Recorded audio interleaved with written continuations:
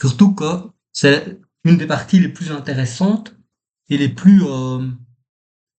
parce qu'évidemment, on a regardé la physiologie dans tout ce qu'elle avait dans tous ses détails. On a regardé le système nerveux dans tous ses détails, mais on n'a toujours pas regardé à quoi servait le système nerveux, en fait, bêtement. Hein.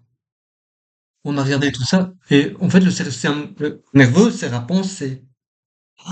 Quel mot, quel mot on peut, ça sert à penser, à réfléchir. Euh, quel mot, alors, on ne pourrait pas mettre ses mains dedans, parce qu'en fait, c'est vraiment le cœur de la question. Et donc, allez, avec un peu de courage, on va s'enfoncer dans cette chose. Alors, est-ce que je suis en mode? Ouais. Ok.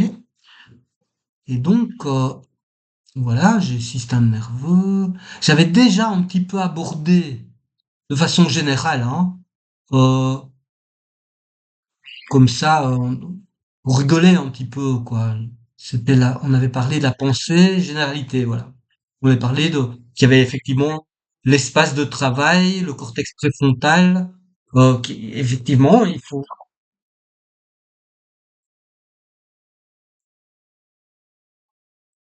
oui,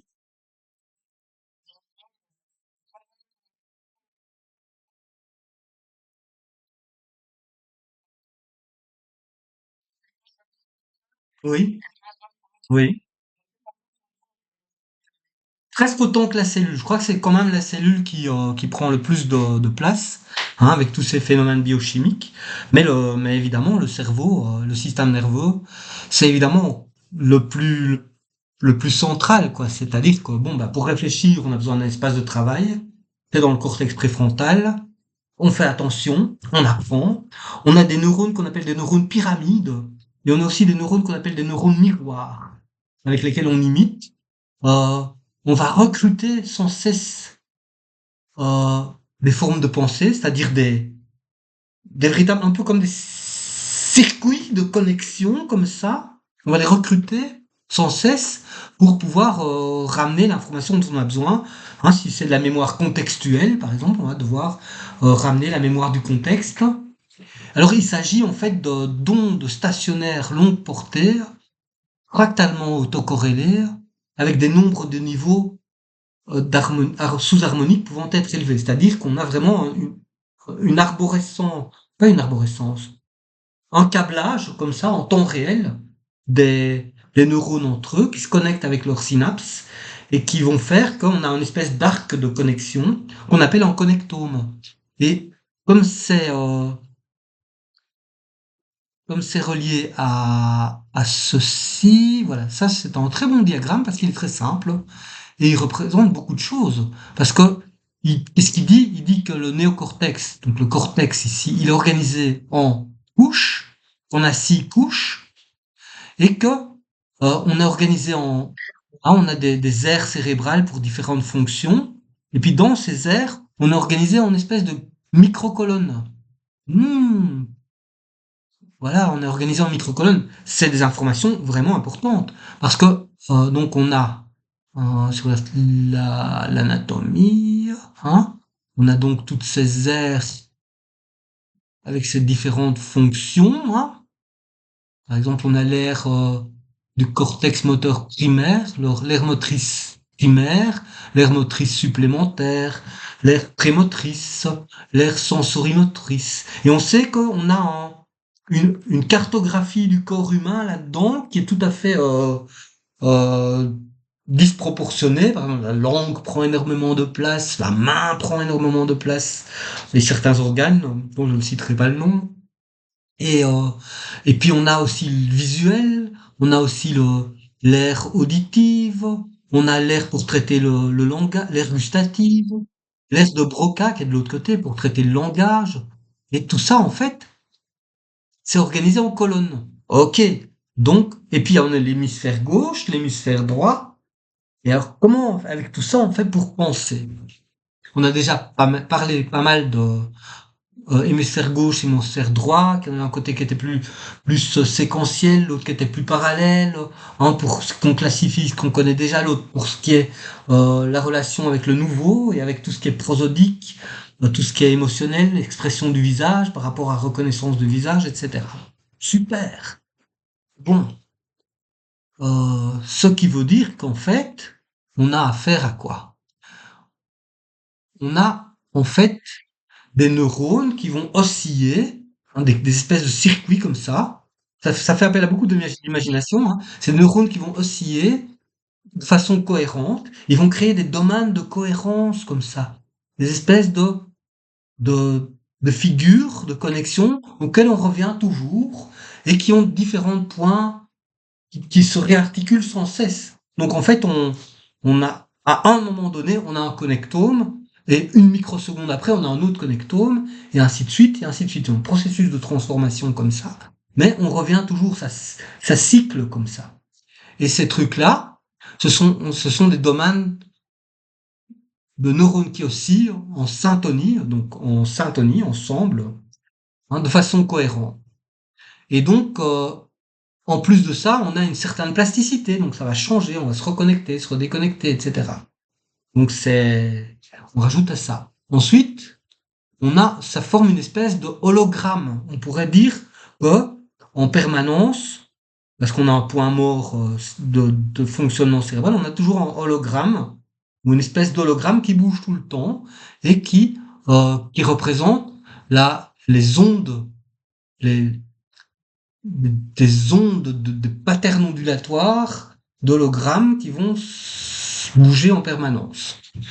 Euh, alors, on a des gens qui travaillent sur la représentation du cerveau. Et il y a par exemple un auteur très célèbre qui s'appelle Walter Freeman, qui écrit des tas de bouquins là-dessus, et qui fait une représentation du cerveau physique, quoi. Et puis en fait, il y a quelque chose de très important, c'est que en fait, notre cerveau est rempli d'eau. Il est rempli d'eau, et donc comme il est rempli d'eau, eh bien, on avait déjà vu que dans la cellule, l'eau, c'est ce qui communique avec le vide pour transmettre l'information produite par les biophotons qui sont produits par l'ADN pour contrôler tout.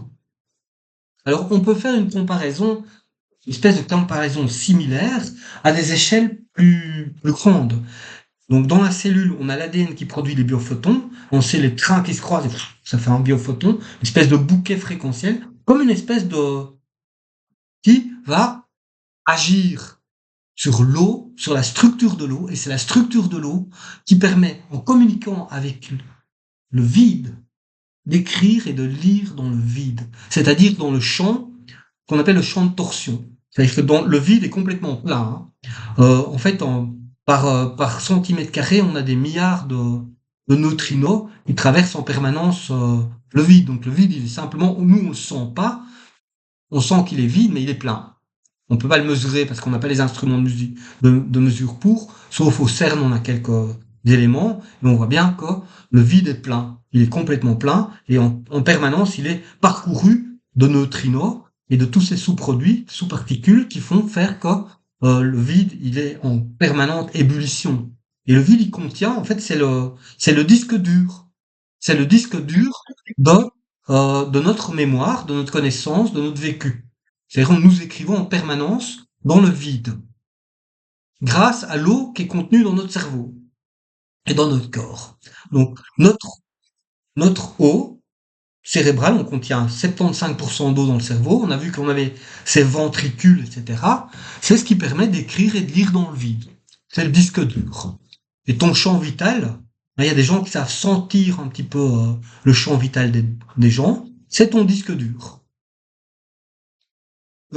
C'est à l'intérieur de toi, autour de toi, tu écris dans ton disque dur qui est dans le vide. Et tout est écrit là-dedans, tout ce que tu as vécu, tout ce que tu penses, etc. En fait, c'est une copie. Donc, tu as ces espèces de connectomes qui circulent en permanence, qui font des hologrammes, et ces hologrammes, ils impriment à travers l'eau le symétrique de cet autogramme. En fait, ils impriment dans le vide ce qu'ils font. Et cette impression donc en fait, tu peux imprimer et lire dans le vide. C'est bête. C'est con, en fait. C'est simple. Tu imprimes et tu lis dans le vide. Parce que là, à quoi ça sert? Ben, en fait, c'est parce que c'est très compliqué tout ce qu'on écrit dans le vide. En plus, une fois que tu es dans le vide, il n'y a plus de distance. Tu peux, par exemple, penser à quelqu'un qui est au Brésil, par exemple quelqu'un de ta famille, et il va penser à toi au même moment. Paf, paf. C'est instantané parce que le, c'est un, on fait abstraction de l'espace dans le vide. Donc c'est signature, c'est vraiment chaque personne a sa signature particulière qui est un peu la clé d'action, qui est un peu le code secret pour accéder à sa mémoire. Donc par exemple, moi je peux pas lire dans ta mémoire, mais toi tu peux lire dans ta mémoire.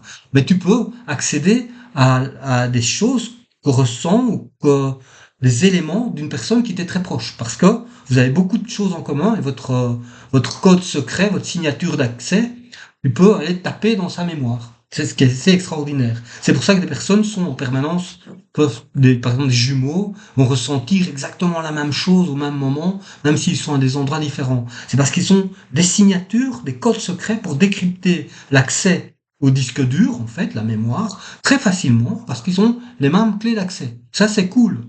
Maintenant, le,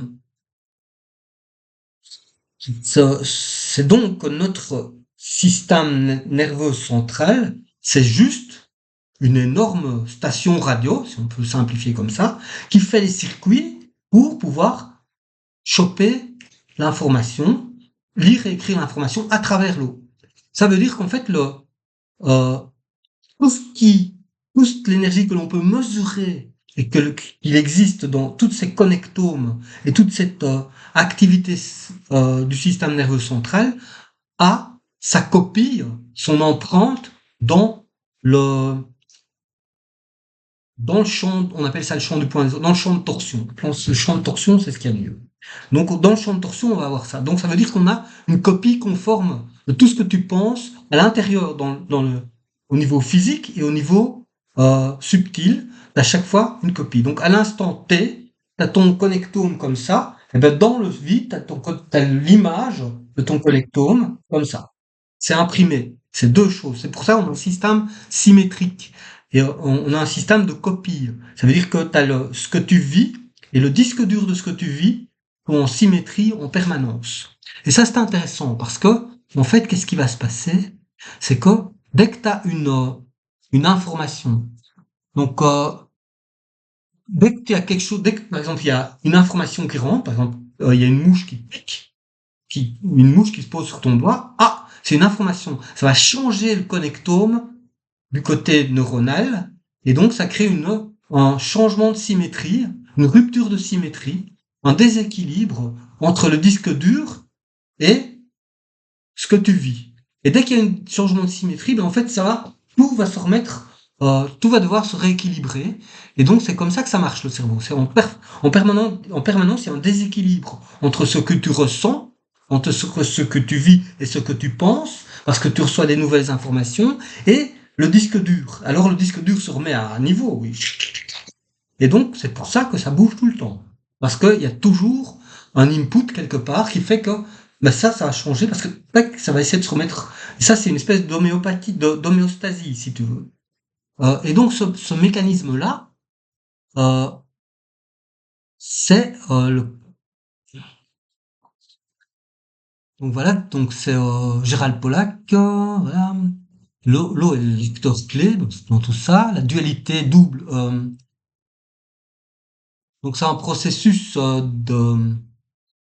d'une activité dissipative, c'est-à-dire on produit énormément de chaos pour produire du... En fait, un aspect qu'on appelle un aspect thermodynamique, c'est qu'on produit sans cesse, quand on lui produit du chaos, quand on produit de l'entropie, ça, il en résulte une négantropie. Euh, nous sommes, nous, capables de produire énormément d'ordre et de connaissances parce que nous produisons énormément de désordre. Et en fait, le désordre et l'ordre dans le disque dur s'équilibre tout le temps. Donc dès que tu produis en fait du chaos, en fait tout ce qui est entropie positive, c'est en fait c'est la représentation des ondes de torsion, c'est elles tournent dans un sens et les ondes qui sont négantropiques, donc qui produisent de l'ordre, tournent dans ce sens-là. Ça relie, en fait, la science des ondes de torsion a été mise en place par Osirev, qui est un gars, qui est un énorme scientifique du siècle passé et qui travaille sur les étoiles SOR. Le gars, il a passé plus de 30 ans de sa vie dans les goulags, mais le reste du temps, il passait ça dans des labos. Et c'est vraiment le physicien de la bioénergie, en fait. Euh, donc, en fait, en permanence, on a un dialogue entre la réalité et sa représentation. En fait, en physique, il y a une notion qui s'appelle le entanglement. Ah, comment on dit en français? Il faut que je traduise. Entanglement, c'est l'affinité. C'est c'est en fait l'entanglement, c'est très important parce que lorsque par exemple, si au CERN on donne une petite chiquenaude à une particule, tu as un faisceau, tu donnes qu'on sépare. Il y a une particule qui va jusqu'à Milan, une autre particule qui va à Grenoble. Tu donnes une information à la particule qui est à Grenoble, ça va être ressenti à la particule qui est à Milan. Ça, on a mesuré. Ça s'appelle le entanglement. Ça veut dire qu'en fait, les, le, les choses qui viennent de la même origine restent entièrement liées, quelle que soit la distance. Et en fait, ce entanglement, c'est très important parce que il y a un dialogue permanent entre la réalité, c'est-à-dire ce que l'on peut mesurer, c'est-à-dire en dernier recours tes connectomes, tes connexions neuronales en permanence, et le disque dur. Si tu fais une modification de tes neurones là, ça va être ressenti tout de suite là. Donc il y a entanglement. S'il se passe quelque chose là, ça va être ressenti là. L'entanglement, il est hyper important parce que il va relier le, le modèle, la réalité avec son modèle. En plus, le modèle de la réalité n'est pas sa copie exacte, c'est son énantiomère. On avait vu ce terme énantiomère. C'est son reflet dans un miroir. C'est comme les acides aminés qui sont lévogir et dextrogir. Et ben, en fait, la réalité, elle est dextrogir et son énantiomère est lévogir. C'est-à-dire, c'est un reflet dans un miroir. Donc, en fait, c'est un entanglement entre deux choses qui sont pas exactement, on peut pas les superposer. C'est pas de les mêmes choses. C'est la copie sur le disque dur qu'en fait, l'énantiomère de la réalité. Donc la réalité et, sa représentation sont au niveau de plus détaillé, sont en permanence dans une relation de entanglement. Ensuite, on a, c'est un peu une relation comme le musicien. Donc les musiciens dans un orchestre, ils jouent en syntonie. La syntonie, c'est ça. C'est qu'ils se mettent au diapason, ils jouent ensemble. Le musicien, il voit pas la baguette du chef d'orchestre, mais il sait où elle est. Ce sont des relations du même ordre. Euh, voilà, un stimulus qui vient de l'extérieur va casser la symétrie, et alors, c'est-à-dire, donc cet hologramme, il va essayer de retrouver l'équilibre, il va donc changer de forme, il va retomber sur un autre point d'équilibre, et ainsi en adviendra-t-il de sa représentation dans le disque dur. Voilà, donc en fait la mémoire, c'est pas de recorder des informations. Ça c'est très important. C'est la relation entre l'information et l'émotion. La mémoire ne consiste pas à recorder des informations. Si je te dis 423 plus 2 égale 425, tu vas pas le retenir parce que tu t'en fous complètement. On retient une information parce qu'elle a une signification. Par exemple, le fait que si tu mets ton, ton doigt sur le gaz avec le feu, ça brûle. Ça, tu vas le retenir parce que c'est une information, mais il y a aussi une signification. Donc la mémoire, c'est pas un recording d'informations, c'est on record une information avec son meaning, avec son émotion. En fait, le meaning pour une information, c'est son émotion. Euh, c'est en fait que l'information, donc en fait, c'est lorsque l'information est suffisamment signifiante qu'elle crée une émotion. Et c'est l'émotion qui colle l'information à la mémoire. Donc, information, émotion, c'est ce qui fait qu'une information est retenue. C'est en fait l'émotion, c'est c'est l'autre face de la monnaie que représente une information. C'est exactement, ah, tiens, je vais mettre ça à l'intérieur, comme ça. Et en fait, donc, le, c'est ça. Émotion et information, c'est exactement les deux dimensions de la même chose. On va rien retenir s'il n'y a pas une émotion qui est associée. S'il n'y a pas une signification, doit être suffisamment forte pour que ça provoque une émotion, pour qu'une information soit retenue, quelle qu'elle soit, à quelque niveau que ce soit. Et en fait, ça nous emmène aussi à l'endocrinopsychologie, c'est-à-dire au fait que euh, les hormones ont énormément d'influence sur la façon, sur notre capacité à mémoriser et à nous ressouvenir.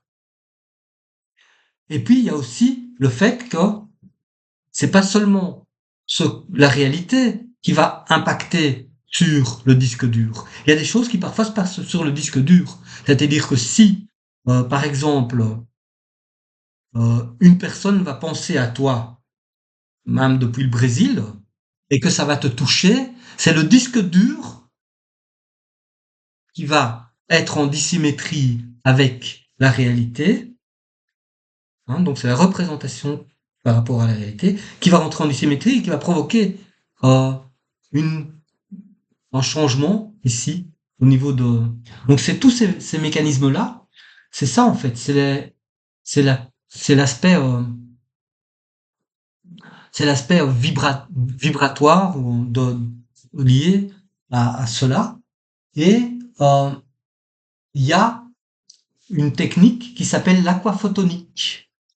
Et l'aquaphotonique permet de mesurer la structure de l'eau. Et c'est assez génial. Attends, je vais essayer de trouver l'aquaphotonique. Je trouve des aqua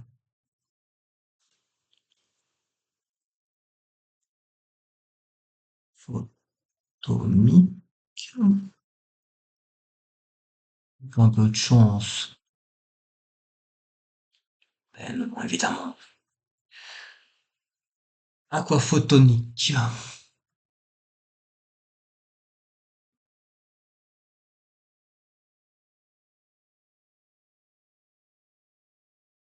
J'ai ici une conférence là-dessus qui est vraiment géniale parce qu'en fait ça permet l'aquaphotomique permet de mesurer l'eau dans le vivant en temps réel.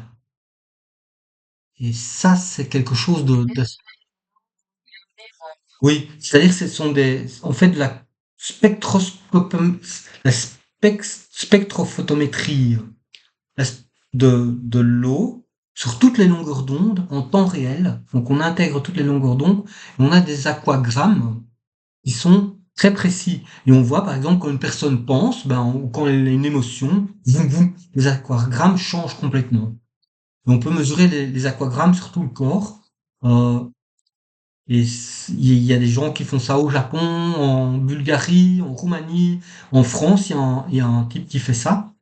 Et oui, et nous sommes en relation et j'ai bien l'intention de pouvoir essayer de travailler avec eux parce que c'est vraiment fantastique.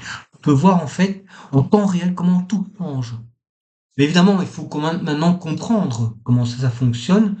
Mais effectivement, l'eau, elle parle avec le vide et elle change tout. Donc dans le cerveau, l'eau change tout le temps. Dans sa structure, quand tu un petit carré, hein, un petit volume d'eau, il va changer en fonction des émotions, etc. Donc c'est une autre façon de mesurer ce qui se passe dans le cerveau.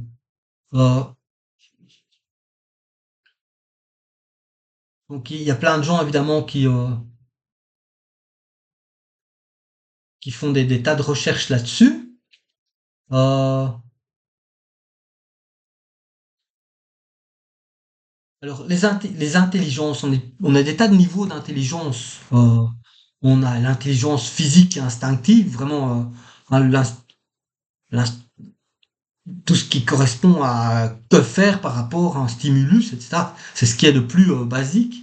Et puis on a l'intelligence émotionnelle et relationnelle. Euh, hmm, c'est le deuxième niveau d'intelligence. Ensuite, on a le troisième niveau d'intelligence, c'est l'intelligence mentale. C'est les représentations, on parle, on lit. C'est une intelligence logique, euh, mentale, c'est-à-dire de représentation conceptuelle, qui est dans le troisième niveau par rapport à l'intelligence physique instinctive, la réaction, qu'est-ce qu'on va faire par rapport à quoi, situation. Deuxième, c'est émotionnel, relationnel. Troisième, c'est mental. Quatrième niveau, c'est une intelligence plus intuitive. Ça se passe au niveau de l'intuition. Et donc, ces niveaux d'intelligence, ils vont se mapper différemment dans les niveaux qui sont mis en cause, qui sont mis en branle dans les couches corticales. Euh, et puis, on a un niveau d'intelligence qui est beaucoup plus au niveau de la mission ce que tu veux faire dans ta vie, quoi. Ça, le sens que tu donnes à ta vie, c'est beaucoup plus. Donc ça, c'est très philosophique évidemment. Et à chacun des niveaux, on peut aussi avoir ce qu'on peut appeler le, la qualité de la pensée. C'est-à-dire que on peut très bien, euh, si tu passes au niveau physique et instinctif, ben ce sera simple, lutter ou fuir par exemple. Mais si c'est au niveau émotionnel et relationnel, tu peux très bien voir une personne et penser voilà, cette personne est mauvaise, je veux pas la connaître, elle m'inspire pas confiance, euh, voilà, je lui souhaite que du mal. Ou alors tu peux tourner ça dans l'autre sens. Donc à chaque niveau, tu as un niveau euh, qui tourne dans un sens et un niveau qui tourne dans l'autre sens. Un niveau, disons, positif et un niveau négatif. Émotionnel, relationnel, tout de suite, tu peux tout de suite avoir un a priori positif par rapport à une personne, même si cette personne, même une, si tu vois une personne qui ne te plaît pas du tout, même, tu peux même essayer de faire tourner ça de façon positive. Par exemple, l'humour sert beaucoup à ça, en fait. Hein, c'est à essayer et l'empathie joue beaucoup là-dessus. C'est-à-dire que si, par exemple, quelqu'un ne te plaît pas du tout, tu es vraiment antipathique, ça arrive. Euh, mais tu peux quand même essayer de tourner les pensées que t'as envers cette personne de façon positive. On- Ça s'appelle l'humour, en fait, en quelque sorte. Peut-être. Et en fait, à tous les niveaux, euh, au niveau mental, quand tu penses, quand tu projettes l'actualité de ce qui se passe, tu peux être très négatif ou tu peux être un petit peu plus avec de l'espoir. Et en fait, il y a beaucoup de choses ou tourner les choses d'une façon plus constructive. Et donc la qualité et l'hygiène de la pensée, alors ça complète la nutrition ce qu'on peut manger pour faire du bien à, à son système nerveux, mais la qualité des pensées, c'est essentiel. Si tu penses de la merde, enfin si tu penses mal, si tu penses mauvais, toujours négatif, je sais que c'est très agréable, on aime bien, euh, mais ça, ça nous retombe dessus toujours d'une façon ou d'une autre. Puisqu'en fait, on est quand même, c'est un effet miroir, donc en fait, ça nous retombe dessus. Voilà. Alors, bah, je crois que, qu'est-ce que je pourrais encore dire à part des bêtises? Ah oui, oui. Donc ça, c'était pour faire je sais pas qu'est-ce que toi tu en penses, parce qu'on parle beaucoup de la pensée, de la conscience, etc. Euh, et euh, là, c'est un essai pour éventuellement avoir une explication biophysique. Donc c'est pas une explication psychique, mais biophysique, c'est qu'effectivement, on a les ondes de torsion dans le vide, qui ont un peu le disque dur, et les circuits neuronaux, et tout ça, ça communique très facilement ensemble. En plus que le champ vital, ça c'est intéressant. Le champ vital, il démarre. On n'arrête pas d'écrire ce qu'on ressent, et tout ce qu'on apprend, tout ce qu'on vit, on l'écrit. Il y a une cartographie autour de soi. Par exemple, je sais que ici, tout ce qui est ici, c'est en rapport avec les décisions, la capacité de prendre des décisions. Dans les genoux, il y a beaucoup en rapport avec la capacité d'agir, et de passer à l'action, pardon. Et dans le talon, il y a beaucoup par rapport à tout ce qui est euh, passer à l'acte. Donc, il y a décision, capacité de prendre des décisions, décision et passage à l'acte. Euh, c'est euh, c'est c'est quand on fait quelque chose, quelle que soit l'action qu'on fait, les besoins et les désirs, c'est ici au niveau du ventre. Et tu vas voir, par exemple, au niveau des années, donc tout ce que tu as vécu il y a longtemps, ça va se trouver loin. Donc si tu as vécu quelque chose, je sais pas, aux alentours de 20 ans ici, tu vas sentir, c'est là. Sinon, ça va être ici. Ce que tu as plus récemment vécu, c'est là. Et ça, tu écris comme un arbre. Hein. On écrit comme un arbre. On écrit dans notre champ vital et notre cerveau, ça va pêcher tout ça sans problème. Il se débrouille très bien. Euh, tout ce qui est en relation avec la maman, ça va être plutôt ici, pardon, parce que je suis dans l'autre sens que toi. Hein, donc c'est à gauche, c'est la maman, à droite, c'est le papa. Et par exemple, dès qu'on voit la posture de quelqu'un, si tu me mets face à la caméra, tout de suite, je vois.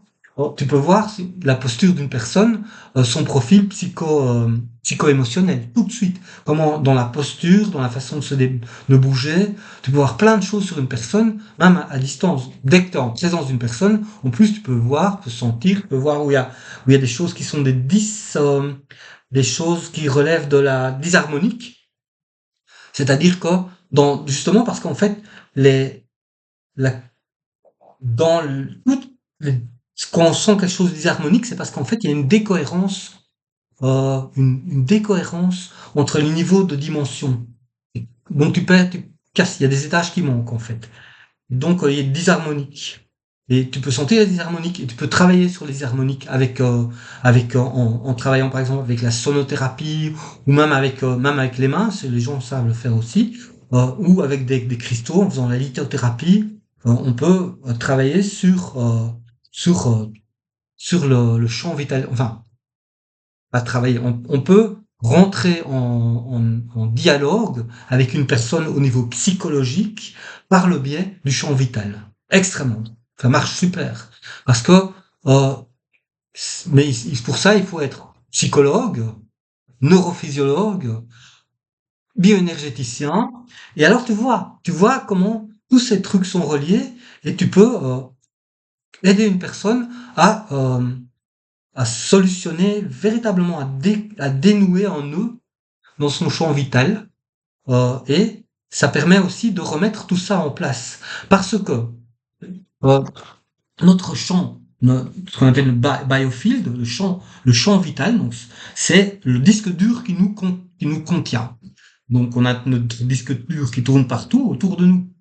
Et ce disque dur, c'est la représentation de ce que nous sommes en tant qu'êtres vivants, de ce que nous pensons, comment nous fonctionnons physiologiquement.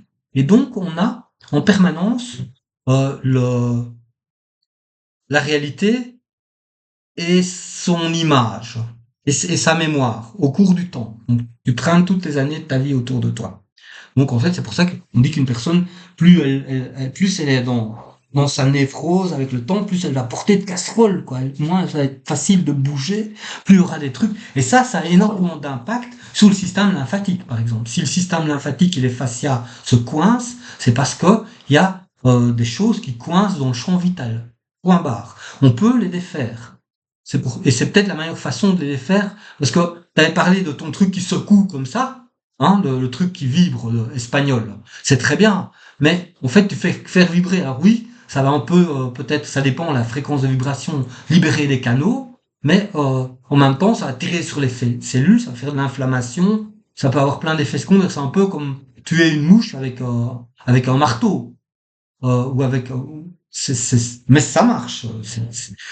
Euh, mais le plus précis, c'est vraiment si tu travailles sur le champ vital, il faut le faire avec l'accord du patient, et à ce moment-là, tu peux voir, parce que le patient va sentir quelque chose qui change dans son corps. Si tu fais, euh, si tu détectes quelque chose dans le champ vital, tu commences à travailler dessus, un peu comme un coiffeur, hein, avec un peigne, mais si tu fais ça avec tes mains ou avec des cristaux, ça va dépendre, ou avec des diapasons, ça va dépendre de où on se trouve par rapport à la géographie du champ vital, et tu vas pouvoir travailler ça, et la personne va te dire, je sens quelque chose là, parce que tu sens qu'elle sent quelque chose. Et donc ça, il faut maintenant faire le travail psycho-émotionnel, c'est-à-dire, c'est relié à quelque chose dans la tête. Par exemple, si c'est, euh, par exemple, pour une femme qui aurait énormément envie de répondre aux attentes de son père, tu vois, d'avoir l'attention du père et de répondre à ses attentes, eh bien, c'est une personne qui va avoir ici le, l'épaule un peu plus élevée. Et si tu trouves des trucs ici, tu vas trouver plein de chagrin, plein de frustration, plein de concessions. Et tu peux, et en fait, il faut travailler là-dessus et ça se décoince. Et alors, ça doit être très relié au psychologique. Parce que si c'est pas relié au vécu de la personne et à un dialogue, eh bien, à ce moment-là, tu libères de l'énergie. Et si c'est pas accompagné, tu vas libérer une énergie qui va aller ailleurs et faire du dégât ailleurs. Et donc là, on peut faire des accidents. Et les accidents bioénergétiques, c'est très très dangereux. Donc il faut, quand on fait de la bioénergie, travailler dans un contexte avec d'autres personnes qui font d'autres choses pour qu'il y ait un bon dialogue, une bonne circulation de l'information pour pouvoir accompagner la personne. Parce que si tu libères un canal, par exemple, j'ai eu une dame, elle était modèle, top modèle. Et elle avait toute sa vie, passé sa vie à faire plaisir aux hommes, tu vois, essayer de correspondre à l'image des hommes. Elle avait ici dans le dos mais vraiment un énorme sac poubelle, parce que chaque fois que tu te débarrasses de quelque chose qui est désagréable à travers ton champ vital, ben en fait, tu fouilles, et alors tu traînes derrière toi un sac poubelle. Donc, effectivement, elle avait toujours mal à la nuque, etc. Donc, là, tu peux essayer de défaire le ficelle du sac poubelle, tu vois, comme ça rentre. Mais c'est terrible! Toute l'information, il faut là. C'est énormément de crasses qui reviennent. Et il faut pouvoir travailler en accompagnement et en dialogue pour pouvoir assimiler et puis après, ben, on en rigole, mais si par exemple c'est pas assimilé, que c'est fermé tout de suite, c'est fermé à moitié, eh ben la personne va avoir tout le temps mal à la tête et ça va se dissiper ailleurs, ça va se connecter avec d'autres problèmes ailleurs et ça va pas aller du tout. Il y a encore une autre dimension, c'est la dimension de euh, correspondance. On a notre corps physique et notre corps bioénergétique. Et quand tu prends, alors, je vais le mettre comme ça, quand tu prends une frustration de colère, ben, t'as ton foie qui va le colère, c'est le foie. Donc, ce qu'il va faire, le foie va se contracter. Ok. Donc, ça va tirer ici. Donc, tu déplaces. Donc, ton champ bioénergétique va se contracter ici, se dilater ici. Donc, déjà, tu es tordu.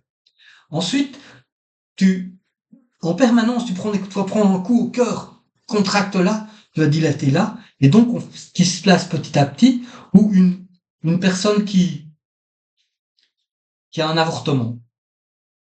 Et après, elle a beaucoup de peine par rapport à cet avortement. Bien, la peine, ça va aller ici. Les poumons, la peine. Et en fait, on va faire remonter l'utérus ici, là, les ovaires ici. Et en fait, ça, c'est fortement en relation avec le système primovasculaire, avec l'information holographique qui est dans le système primovasculaire et qui est une information qui est censée dire pour le renouvellement cellulaire. Qu'est-ce qui doit se passer où? Alors tu vois tout de suite la relation entre bioénergétique, donc le champ vital les déformations possibles, donc les inadéquations entre la cartographie de ce qui devrait se trouver où, hein, si tu as l'utérus au niveau des poumons, qu'est-ce qui va se passer? Tu vas avoir des cancers avec des cellules ovariennes et utérines qui vont être dans les poumons. Pourquoi? Parce que simplement quand une cellule se renouvelle, elle dit tiens où je suis moi? Ah ben tiens, ben toi t'es chez l'utérus. Non, t'es dans les poumons. Et euh, c'est comme ça que ça arrive. C'est c'est le l'information qui est distribuée aux cellules pour dire qu'est-ce qu'elles doivent faire qui déconne. Parce qu'en fait c'est le système primovasculaire est très relié, est entièrement relié en fait aux circulations des cellules souches, recyclage des vieux ADN et avec les et information de ce qu'il faut faire où.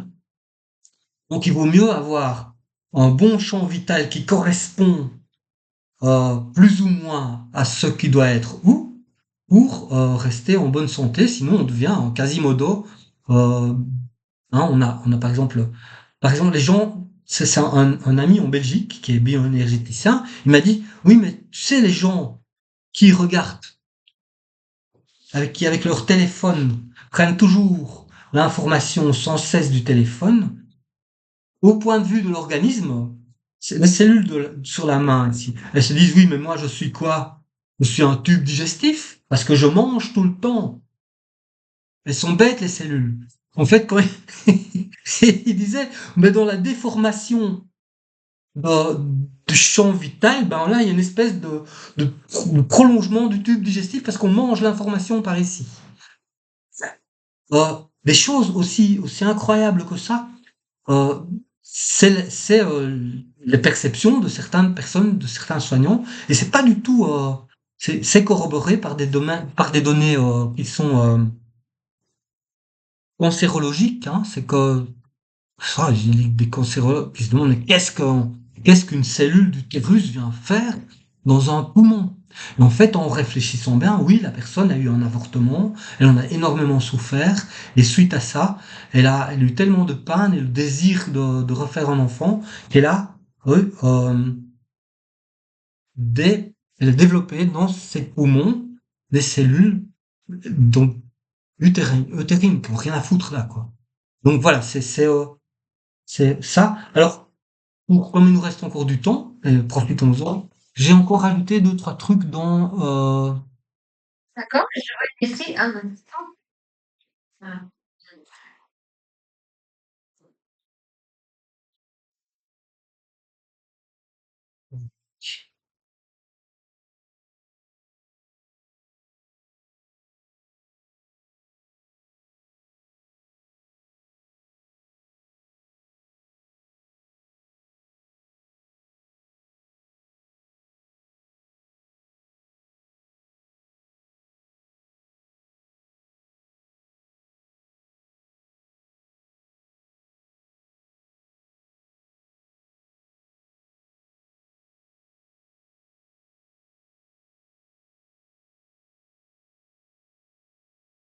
Voilà. Donc,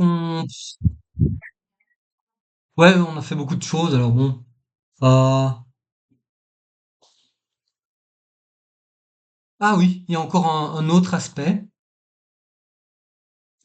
l'aspect lymphatique qu'on a déjà parlé. C'est que donc les cellules nerveuses, elles sont entourées par les cellules, par les astrocytes. Hein. Donc ici on a les astrocytes et ici on a euh, l'influx artériel, périartériel et parce on a un parenchyme ici, on a un espace périartériel et ici on a un espace périvénal.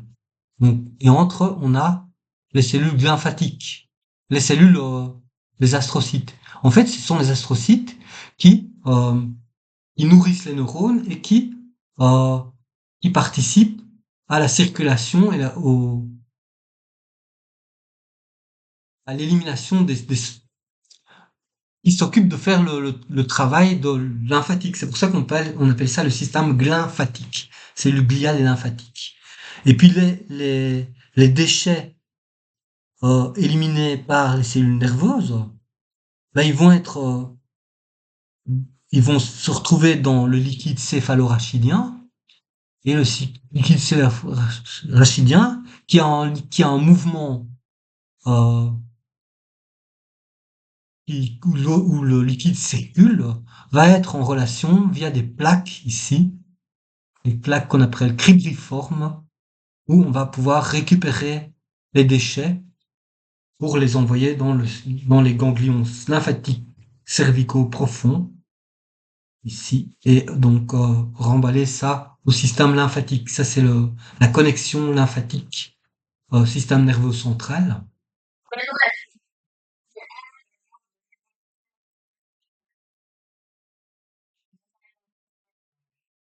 Oui, c'est-à-dire on ne trouve pas, hein, comme dans les autres cellules, comme dans les autres parties du corps, où le système lymphatique,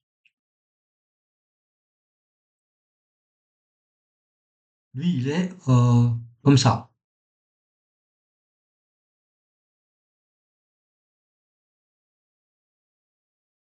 Et ici, donc, dans ce système lymphatique, on a les vaisseaux sanguins, et puis on a le liquide, l'espace interstitiel, et puis on a les vaisseaux lymphatiques. Ça, on n'a pas dans le cerveau. On a juste les vaisseaux sanguins, et puis directement, il n'y a pas le lymphatique, il y a les cellules gliales qui s'occupent de faire le boulot, en fait, des cellules lymphatiques, du système lymphatique. C'est elles qui font le travail. Et alors, par rapport, j'ai vu que tu avais posé euh, une question par rapport, tu m'as envoyé par WhatsApp. Et, ouais. Et en fait, tu vois, ouais, tu m'as envoyé cette question-là avec le truc espagnol. Oui. Alors, c'était, euh, tac, ici. Donc, je suis allé voir le truc, bon, là, j'ai pas accès parce que je suis en Russie, donc j'ai pas accès. Mais je suis allé voir avec un VPN. Donc, effectivement, c'est, Imagesol, elle, c'est le système, Imagesol espagnol. Très intéressant. Mais il donne pas d'informations sur la fréquence de vibration. Alors, ce qui se passe, c'est que, euh, ici, tu vois, les personnes sur lesquelles tu travailles avec ça, tu vois, elles ont le système lymphatique normal, il est ici, et là, ce sont des personnes qui sont comme ça. Donc, en fait, tu vas secouer ici.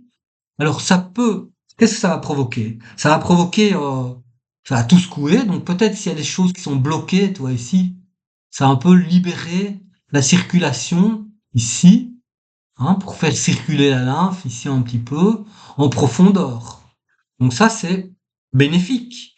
Maintenant, ce qui peut éventuellement être moins bénéfique, c'est que quand tu fais des, des, des tensions comme ça, bah, tu vas avoir en fait, hum, tu vas avoir,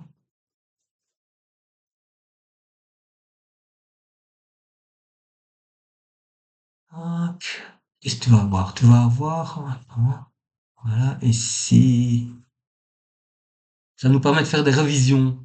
C'est bien. Euh, Tu vas avoir en fait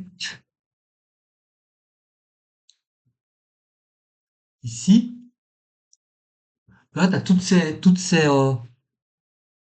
ces connexions entre les cellules épithéliales, tu vas tirer dessus, hein, quand tu fais vibrer. Et donc ça va tirer sur les cellules, tu vois. Donc si tu fais ça à une fréquence trop élevée, tu peux déchirer en fait les connexions entre les cellules. Et donc si tu fais ça, tu peux créer des inflammations. Donc il faut le faire avec. J'imagine qu'ils savent bien à quelle fréquence utiliser. Mais si tu vois, tu peux, euh, affecter les jonctions serrées, les jonctions adhérentes, les desmosomes, les hémidesmosomes et les jonctions GAP. En particulier, les jonctions GAP sont très fragiles, parce qu'elles tiennent à rien. C'est juste, ça tient juste, il y a juste un petit tuyau, et là, tu peux facilement défaire ce tuyau. Donc, tu peux créer aussi des problèmes en faisant ça. Donc, il faut choisir la bonne vibration pour que ça n'affecte pas à ce niveau-ci. C'est ce que tu m'avais posé la question, c'est ce que j'essaie de réfléchir et de regarder. C'est-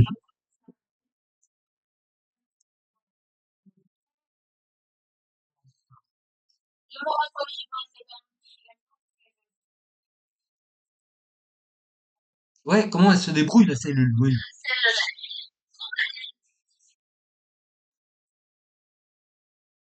Oui,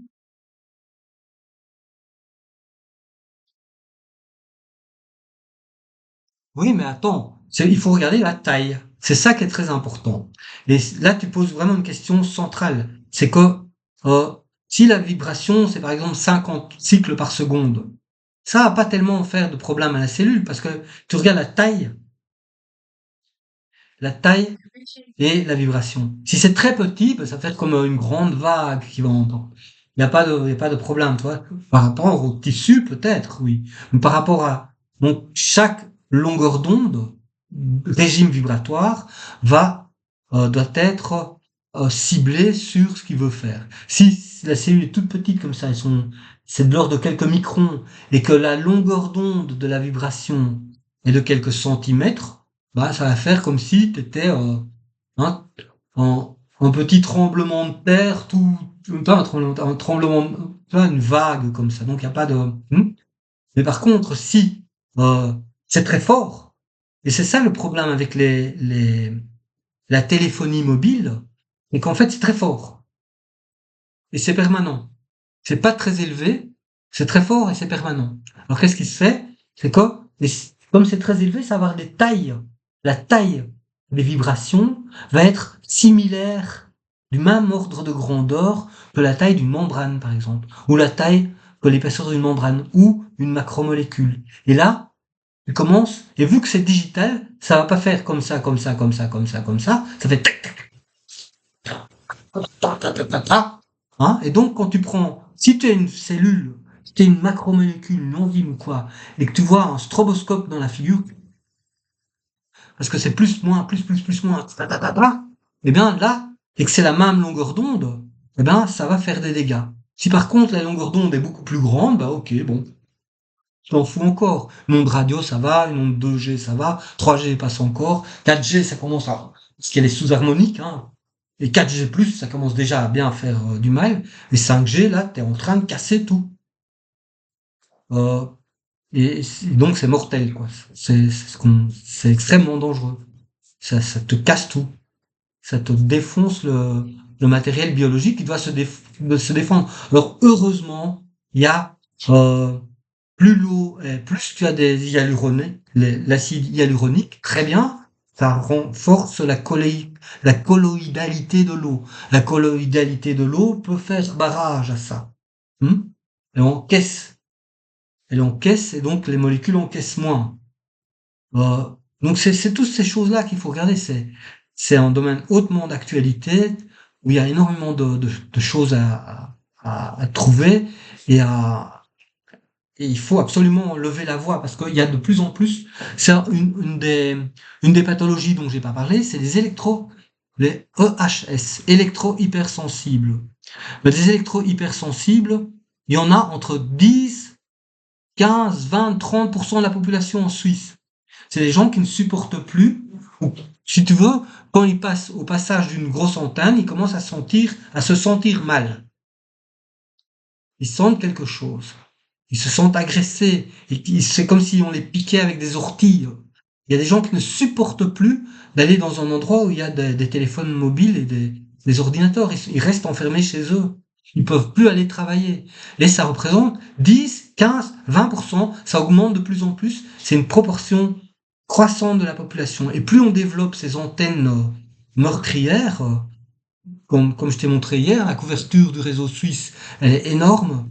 Ben, de plus on voit apparaître ces gens qui ont ces syndromes de migraine, sensation de picotement, de, qu'ils ne peuvent plus se concentrer et qu'ils sont en permanence agressés. Et ils ont besoin d'aller dans la nature pour être à l'aise. Mais le problème, c'est qu'il y a tellement de connexions partout que même dans la nature, on est complètement connecté tout le temps partout. Et donc, ça fait des gens qui ont plus d'endroits où ils peuvent vivre, ils doivent mourir. Et donc, ils peuvent aller dans des grottes, se cacher, quoi. C'est à peu près ce qui reste. Et donc là, il y a vraiment un problème, il y a vraiment une question sociale à régler. Comment est-ce qu'on va développer des abris ou des zones vierges où il n'y a pas, tu vois? De faire par exemple une agence touristique pour les EHS en disant venez là en Amazonie, il y a pas Internet, il y a pas de, c'est bien. Vous allez avoir d'autres problèmes, mais voilà, c'est des araignées. Mais voilà. Ça, c'est pas un problème. Et puis dans le système nerveux, j'ai rajouté deux, trois trucs dans les molécules. Parce qu'on en a pas parlé. Et dans les drogues, je me suis dit, tiens, ben, pourquoi on n'a pas parlé de ça? Et donc, je suis allé voir du côté des substances chimiques, le LSD. Voilà, comment agit le LSD?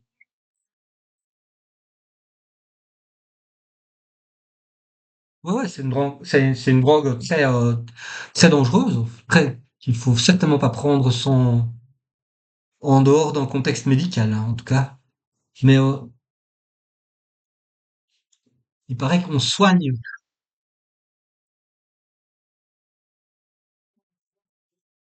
Ah ouais, mais non, mais là, c'est hyper dangereux, là. On peut mourir, hein, avec ça. On peut défigurer quelqu'un psychologiquement pour toute sa vie, tellement c'est dangereux. Il y en a qui sont rien, hein. Mais c'est pas parce qu'il y en a qui sont rien qu'il n'y a pas des personnes qui sont plus sensibles. Alors bon, voilà, le LSD, alors bon, j'ai trouvé une illustration. euh, c'est un peu, pareil, c'est un peu ce qu'on voit, ce qu'on entend des trucs. Donc en fait, c'est le mécanisme d'action du LSD. Alors, le mécanisme d'action du LSD, cette diéthylamide acide lysergique dans le cerveau repose principalement sur son interaction avec le système sérotoninergique. Ah, la sérotonine. Et en particulier les récepteurs de sérotonine, qu'on appelle 5-HT. Alors, ici, la cible principale, ce sont les récepteurs de 5-HT. Euh, se lie principalement au récepteur 5-HT, sous-type de récepteur sérotoninergique, qui active de manière prolongée. C'est activé de manière prolongée. Ces récepteurs sont abondants dans le cortex cérébral, notamment dans les régions associées à la perception, la cognition et l'intégration sensorielle. Euh, on en trouve dans le cortex préfrontal, dans le cortex visuel, dans le thalamus. Les effets neuronaux et réseaux cérébraux. On a une hyperactivation corticale qui augmente l'activité du glutamate, neurotransmetteur excitateur, entraînant une activation accrue du cortex et une synchronisation neuronale atypique. Oui, c'est ce qu'on voit dans l'image. Perturbation du réseau du mode par défaut. Donc on a un mode par défaut, donc comme le point mort. Le point mort est complètement changé. Donc comme une machine qui est au point mort et passe en deuxième vitesse dans une vitesse absolument normale, pas normale. Donc c'est actif au repos. Euh, c'est le mode par défaut, c'est un mode d'introspection.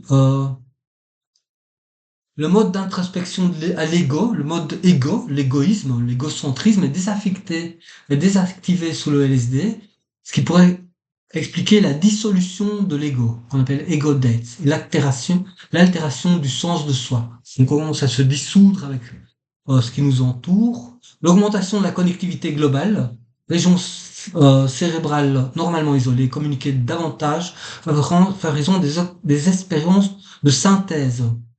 Donc les régions cérébrales qui sont normalement isolées commencent à communiquer beaucoup plus, et donc ça provoque des mélanges de sens, des expériences de synesthésie ou de pensée divergente. Modulation d'autres systèmes neurotransmetteurs. Le LSD agit sur les récepteurs modulant l'humeur et l'anxiété. Le système dopaminergique, bien que moins impacté, le LSD pourrait également indirectement activer les récepteurs de dopamine, contribuant aux effets euphorisants. Des effets glutaminergiques, l'augmentation du glutamate renforce l'activité corticale et les hallucinations. C'est beaucoup très actif aussi dans les régions visuelles et les hallucinations visuelles. Conséquences fonctionnelles, hallucinations visuelles et auditives liées à une hyperactivation du cortex visuel et auditif, même en l'absence de stimuli externes. Altération du temps et de l'espace, euh, émotions amplifiées, voilà. Ça dure de 8 à 2 heures, de 8 à 12 heures, euh, et le LSD reste entre guillemets coincé sur les récepteurs, et donc c'est pour ça que ça dure de 8 à 2 heures. Ça affecte aussi le foie, voilà. Euh, ça, on l'utilise de façon médicale pour travailler les maladies où il y a un manque, parce que ça a un effet positif sur la neuroplasticité. Donc en fait, il y a des utilisations médicales qui sont très utiles en psychothérapie et en neuroplasticité. Par exemple, sur les personnes bipolaires, les schizophrènes, etc. Ça, en effet, c'est utilisé en milieu médical. Non, en milieu...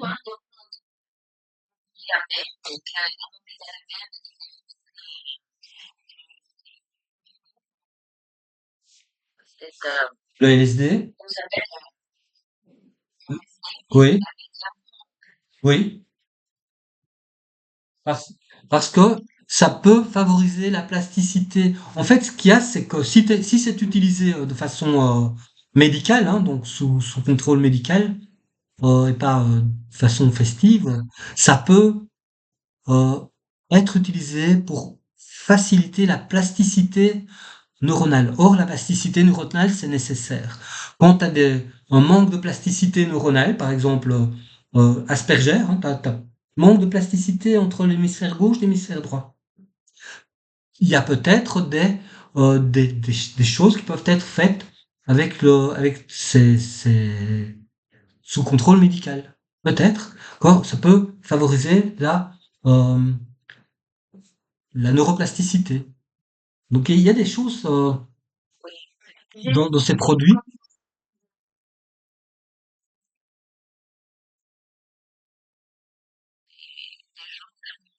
Oui,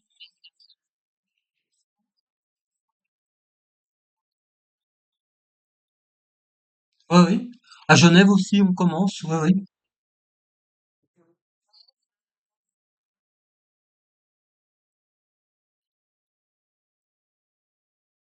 Mhm, mhm.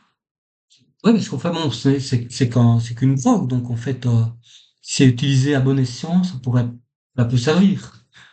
Il y a aussi les.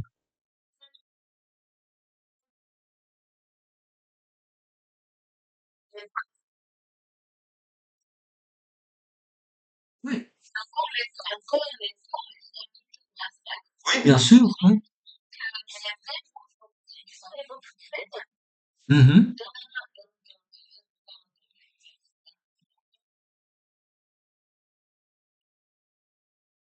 Ouais, en fait, c'est en,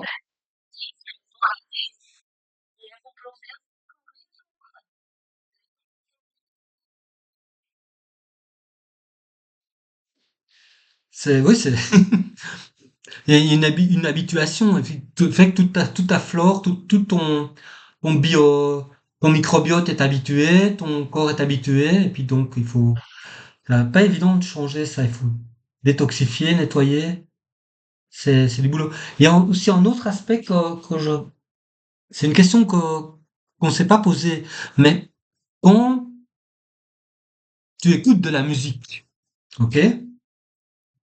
Après, quand tu te remémores de la musique,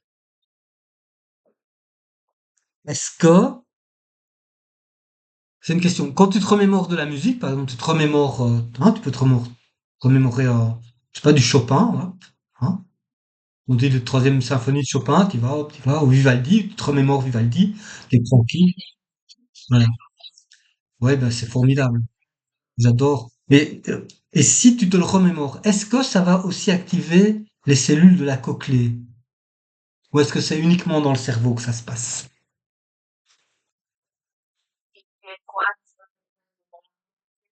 Oui, oui, oui. Et si tu rêves, donc tu te remémores une scène visuelle, voilà, quelque chose que tu as vécu, tu revois quelque chose que tu as vécu. Est-ce que ça va faire intervenir tes yeux? Donc la même chose que pour la musique. Si tu te souviens d'un souvenir, tu rêves par exemple, dans tes rêves. Est-ce, ouais, dans tes rêves. Est-ce que, est-ce que, est-ce que ça va faire intervenir tes yeux, les cellules de rétine des yeux?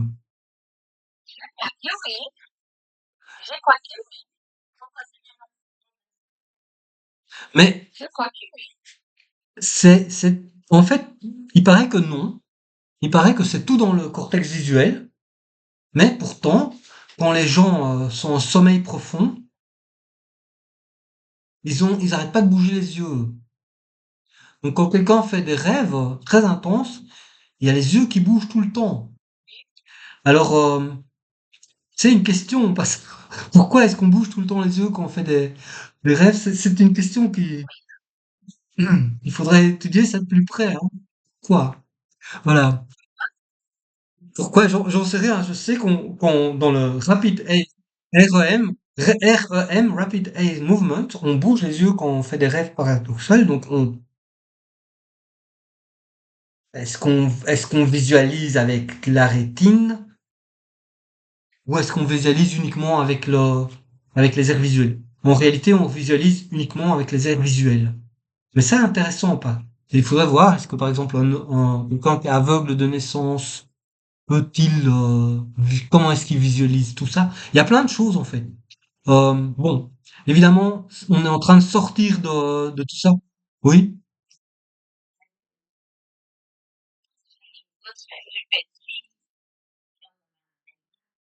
oui.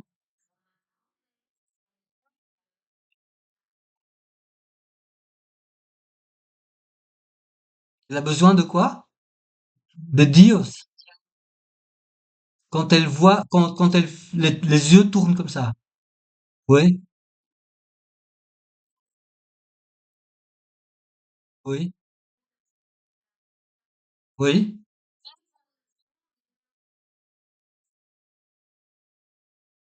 oui, oui.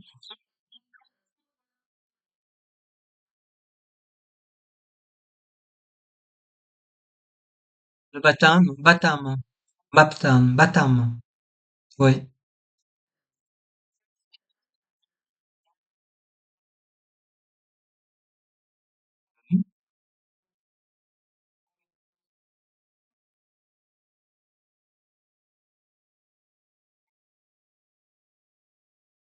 oui,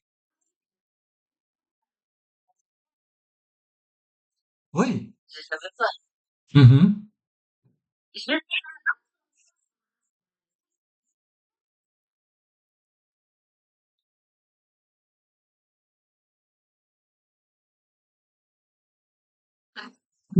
Non, mais c'est ils sont fermés, mais ils bougent tout le temps. Ah, ah. En fait, ça fait le sommeil paradoxal, hein. C'est donc lorsque on est, chercher, attends, faut que je trouve paradoxal. Voilà.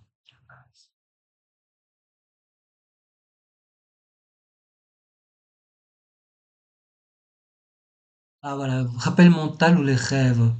Alors, activation centrale. Tac. Ouais, donc ça s'appelle pendant le sommeil paradoxal, REM. Les mouvements oculaires rapides sont générés par le tronc cérébral, noyau oculomoteur, mais ils ne correspondent pas à une vision active. La rétine reste inactive car il n'y a pas de traitement de la lumière contrairement à l'éveil.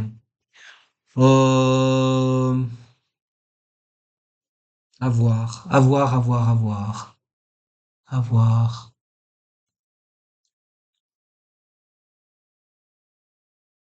Cycle circadien, c'est ici. Voilà, ça ce sont les ondes gamma. Ça c'est les ondes bêta, les ondes alpha qu'on est éveillé mais relaxé.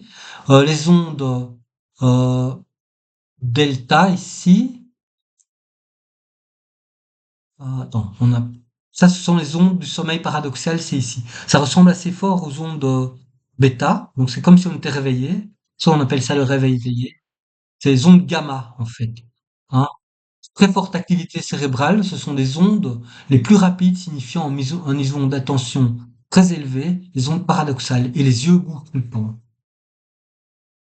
Et ça se déroule pendant le sommeil. Mais toi, ça se déroule pas tout le temps. C'est occasionnel pendant le sommeil. Quand on fait des rêves profonds, on est là. Voilà. Donc, euh, on a en fait fini la matière, mais ce qu'on va faire, on va encore faire une leçon pour revoir tout. Ça va? Là, on a fini le programme. Enfin, mon programme, on a fini. Mais ce qu'on va faire, je crois que demain, c'est demain que tu voyages, hein, c'est ça?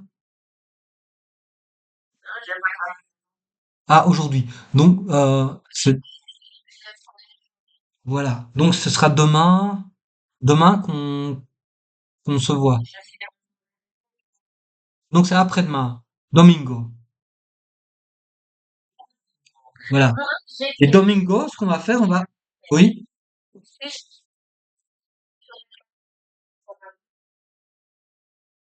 Non, non, non, non, on fait pas hauteur. Voilà. On peut faire, vraiment, en Suisse, dans 15 jours, un truc comme ça. Euh,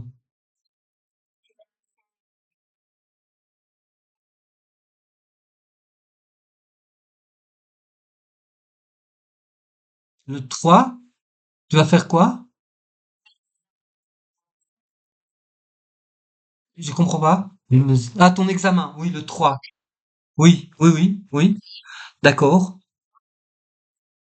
On a le temps de faire tout. Oui, oui, tout à fait. Parce qu'on a fini là maintenant. Donc maintenant, on va faire de la révision. Euh, dimanche, on peut se voir par 10 heures, ça va pour toi?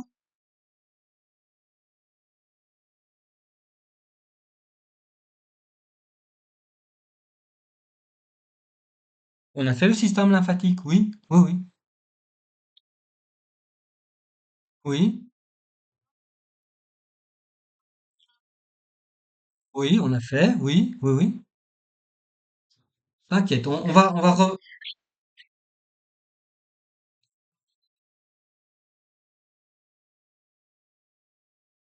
oui,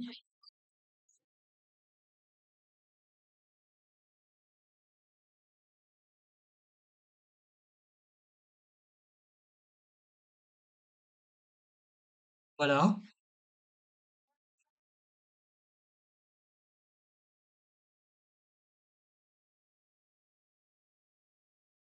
Oui, oui, oui, oui, oui, oui. Et je peux compléter, voilà.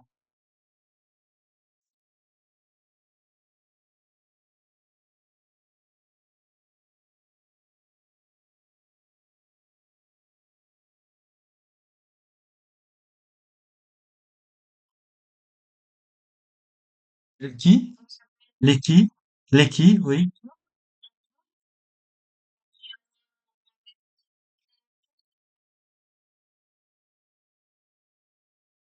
Mhm, mhm.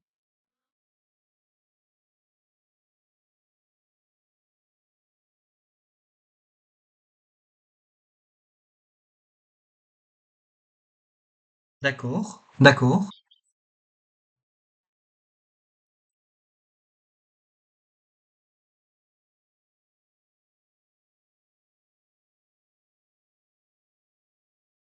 Ouais, ouais, ça. Mhm.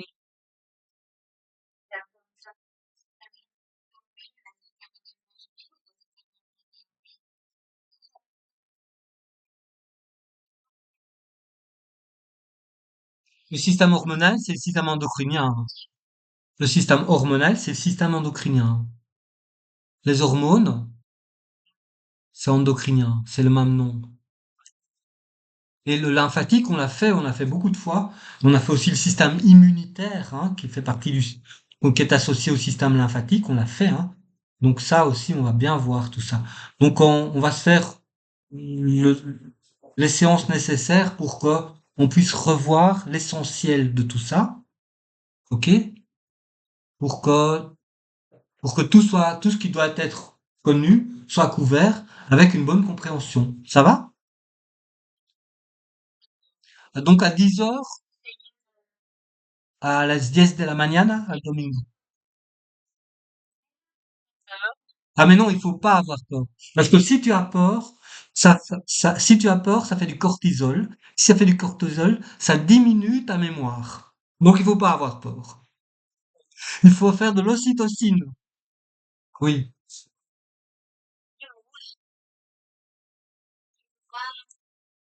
Oui. Mhm.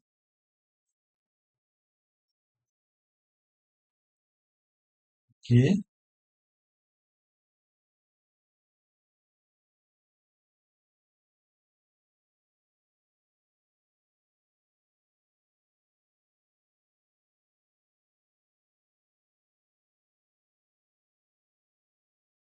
Ok.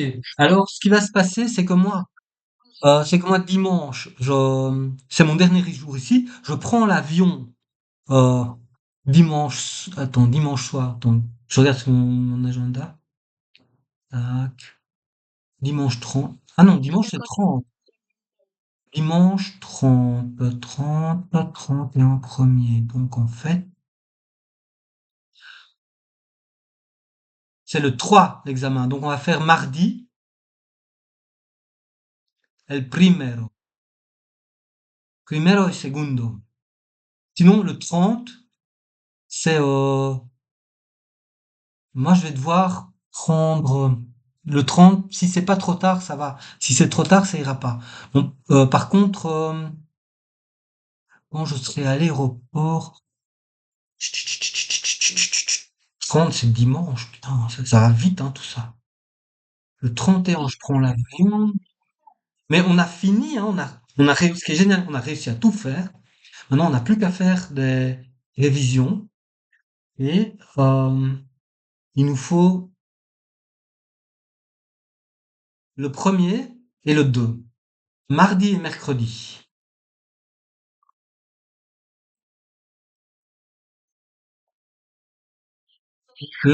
Lundi, je voyage, donc lundi, ça va être un peu difficile. Mardi et mercredi, ça va.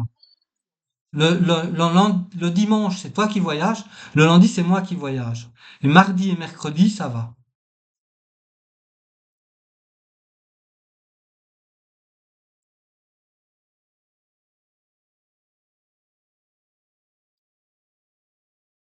C'est un peu trop... Non, c'est plus tôt, ça va. Si c'était plus tôt, ça irait. Par exemple, si c'était plutôt vers plus tôt. Mais toi, t'arrives le dimanche à 6 heures du matin, tu te lèves, c'est ça? À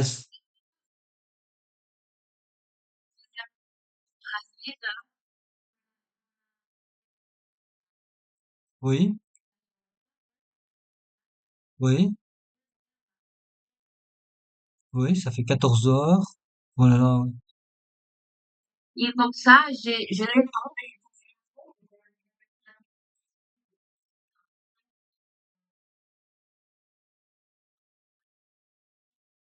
Mhm. Et peut-être on pourrait essayer pendant que tu es dans le train. T'as pas les écouteurs? il a dit, il a dit, il a dit, Mais c'est-à-dire que lundi, moi, je prends l'avion. Et c'est moi qui serai... Non, j'arrive... attends, je regarde, hein, une seconde, je regarde mon billet.